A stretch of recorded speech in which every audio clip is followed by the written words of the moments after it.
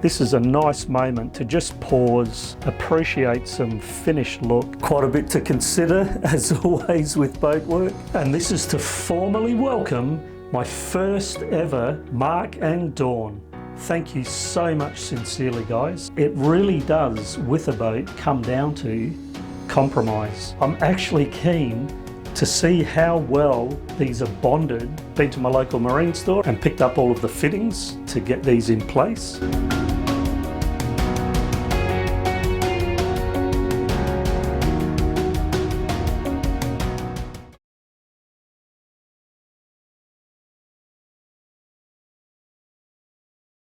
So it's not completed yet, of course. I still need to make up the backs, which I've actually started to do, and there will need to be some partitions to separate the storage area, and then a little shelf on top behind the backs. I've made the securing battens already. That was part of what I've been doing recently. Likewise with the single berth, there's a few little bits I still need to do there. I need to put 2, maybe 3 little strut post supports underneath the main beam there to really strengthen that, and then put a face on it. But this is a nice moment to just pause, appreciate some finished look, and I can tell you right now, I'm definitely having a beer tonight. Just as a bit of trivia, I was just playing a game with myself to not have any alcohol for 1 week, then I thought I'll make it 2 weeks, then I thought I'll make it 3 weeks. So tonight is a good night to celebrate with a beer after 3 weeks. So as mentioned previously, I just wasn't really sure exactly how I was going to run the venting. Quite a bit to consider, as always, with boat work. And what I've come up with is I'll have a vent fitting in the tank close to the suction hose. I'm going to run that up along the side of the hull here to just below the decks, do a loop, run that back down, along under the sole in the bilges across to the port side where it will meet up with the starboard vent line. They'll both go into the cupboard below the sink. I'll join them in a Y fitting. They'll then join to a stainless steel pipe which will run up through the bench top and alongside the breakfast bar there. So what I need to do now is I obviously need to drill a hole in the tank, and what I'll be doing is keeping to a standard fitting, which is a 1/2 inch BSP thread, and then I'll use reinforced hose as that vent line, which I'll join to that fitting. I'm just going to drill a hole through the top here, which obviously will go through into the tank to locate that, and then I can drill my pilot hole, which is an 18mm drill bit for a tapered thread. So I'll then tap that thread and that fitting can be fitted.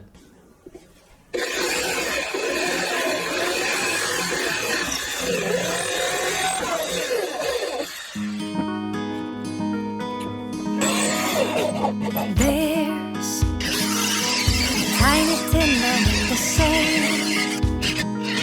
See a flower in his hand, reading all the mighty ways to land. There's a little girl with golden hair, running free with no despair. And I wonder who has brought her here into this playful place, this playing space. Hi folks. Just a bit of housekeeping while sitting here with my feet up. I just thought I'd address a couple of things from some comments recently. 2 users, Recolac and Supers54, have pointed out how they've had problems with recent videos of mine where they see visually horizontal lines appearing when I'm scanning and panning, and it's pretty much been, for them, all of my videos in recent times. Now, I was completely unaware of this. Not only that, I'm pretty clueless when it comes to IT and tech things. I fumble through it and I learn on the run, somewhat in the dark. And it's great that I have a lot of people, including people like you, helping me along the way. So with the good help of another great follower and patron, Franz, I've been able to discover and learn about interlaced and progressive settings when it comes to the format that you film with. So my cameras have been set up with the interlaced format, and apparently that explains those horizontal lines. It does have to do also with YouTube settings and what they default to, which can be changed. So for example, if you've been seeing that, or if you go back to earlier videos, you can actually change the setting by selecting that bottom right cog symbol on your YouTube video screen image, and you're able to change the settings there. I suggest Google more about that if you have had those problems. I really have been unaware that that's been a problem. And so on that point, because I've learnt more about this, I've actually changed the settings of my camera so that now I'm recording in a progressive format. So hopefully that solves that problem. However, we're all going to have to see how that goes ahead. You're going to have to let me know whether when you're looking at my videos, whether other problems come up or whether everything is fine. Please let me know. And this is to formally welcome my first ever tier level 5 patrons, Mark and Dawn. Thank you so much sincerely, guys. I really appreciate you guys hopping on board and becoming a part of Mistress's journey. And as I've already discussed with you, Mark, that now leads on to, and this is a bit of a sneak peek, this now has a knock-on effect of leading to SY Mistress merchandise becoming available in the very near future. Stay tuned for that. Well, this is going to be interesting. When I bonded these two bearer pieces to the tanks, I checked, and I was on a bit of a roll, as you might remember, but I did check these and they're the same length. However, something wasn't right when it came to fitting this top. When it came to the top meeting the bulkhead here, there was about a 2mm gap that I was having to push down. And I couldn't help but think, now that's strange. So in checking my paperwork, yes, they're the same length, but they're not the same height. And so basically this one is meant to be here. So my options are leave this one where it is because it matters less being lower compared to this one that really needs to be taken down to the correct height so that this top is a nice flat level finish. It means planing this down to the right height, which is not a bad option, and then recoating it with epoxy. However, I'm actually keen to see how well these are bonded, and if getting them off is not really much of a problem, then by cleaning up the bottoms, putting a bit more Fix 15 on them and bonding them back down will be quicker. So this is a good opportunity to see how well these bond. The first option is to just give it a big hard pull.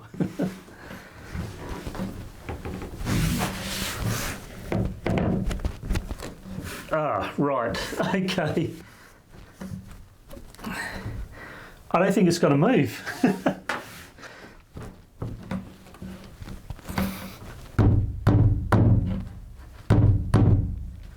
That's not budging. That is really bonded. Testament to Fix 15, hey? So it looks like I'm left with, I need to plane this one down. I wanna sing, sing, sing in 1,000 ways.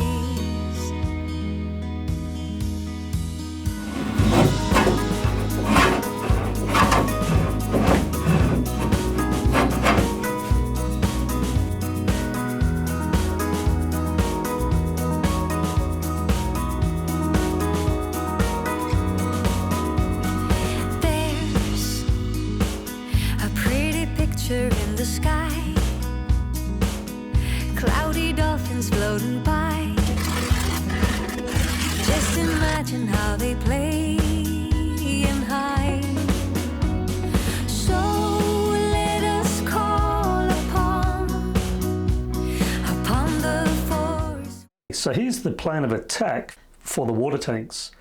I've got 38mm or 1.5" for the filler hoses. I've got 12mm or 1/2 inch for the vent hose, and I've got the same 12mm or 1/2 inch for the suction or drawing hose. Been to my local marine store and picked up all of the fittings to get these in place. And I just thought I'd respond to a comment regarding why didn't I use a fitting for the suction hose. My strategy is, where I can, if I don't have to use fittings, meaning I reduce the amount of joints for anything that I'm doing, for me, it just reduces the possibility of leaks becoming apparent, especially over time.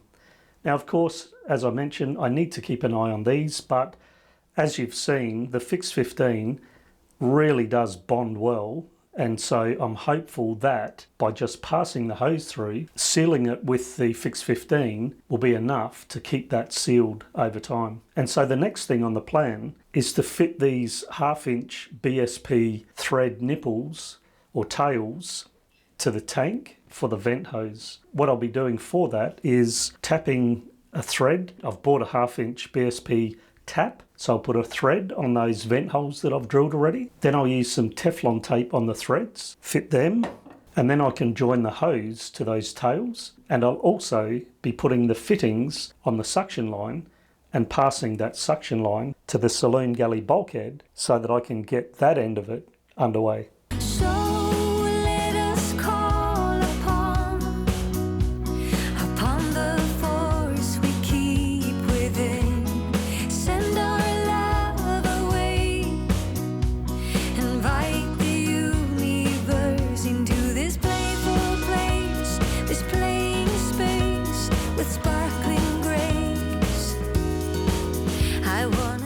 I wanted to just make some more comments from the last video regarding venting of the water tanks.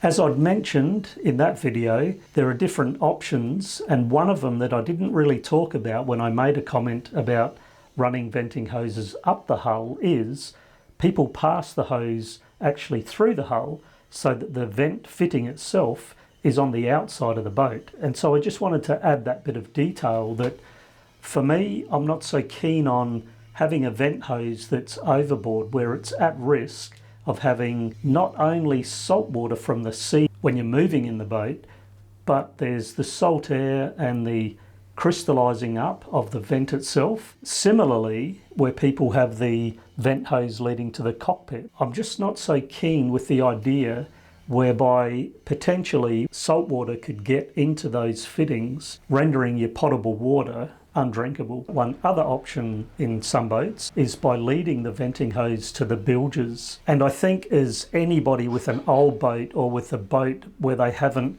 ventured to the bilges for a long time, if you ask anybody with a boat like that that has done that with hair and dust and skin and water and who knows what other fluids, they can end up pretty nasty spots. And so I'm not keen on leading the vent hoses to the bilge to potentially add water into that mix that means ending up with a damp bilge. It's my intention that Mistress's bilges will be dry. I know that's a big statement, but that's my intention.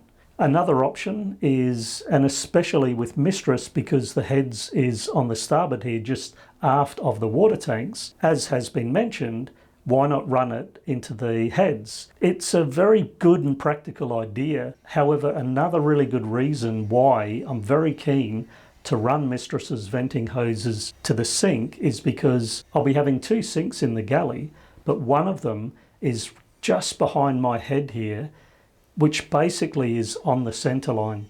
So if you can imagine, when a boat is heeling over, the centre line ends up becoming higher than the outboard ends.